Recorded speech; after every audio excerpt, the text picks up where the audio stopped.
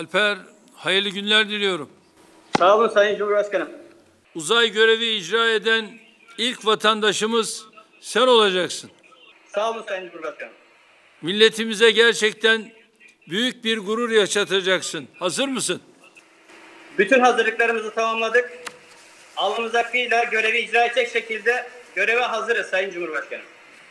Tabii bu görev hem bilim misyonu hem de çocuklarımıza, gençlerimize ilham kaynağı olması yönüyle çok kıymetli.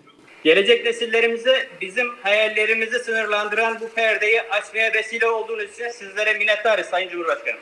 Çok teşekkür ediyorum. İnşallah bu yeni bir başlangıç olacak.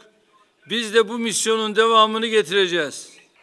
4 yılı bekliyoruz Sayın Başkanım. Hedefi hep daha yükseğe taşıyacağız.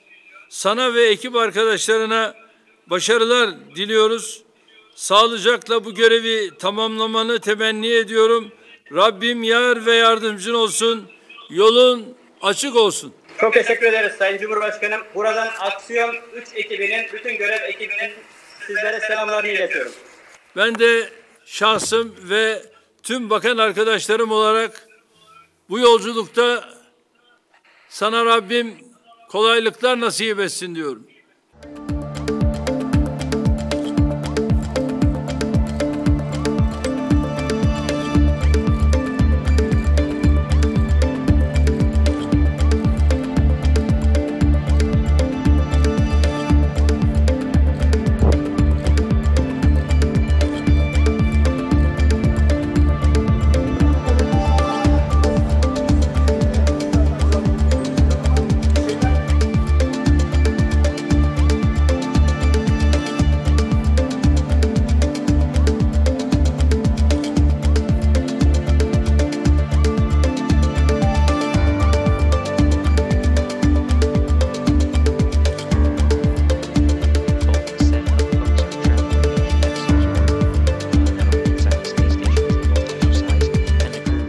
Türkiye Cumhuriyeti'ni kurarak bizlere emanet eden Gazi Mustafa Kemal Atatürk ve silah arkadaşlarına, bu vatan için canını veren tüm şehitlerimize, buraya adım atmamızı sağlayan güçlü iradesiyle devletimize ve bu imkanları bize sağlayan milletimize şükranlarımı sunuyorum. İstikbal göklerdedir.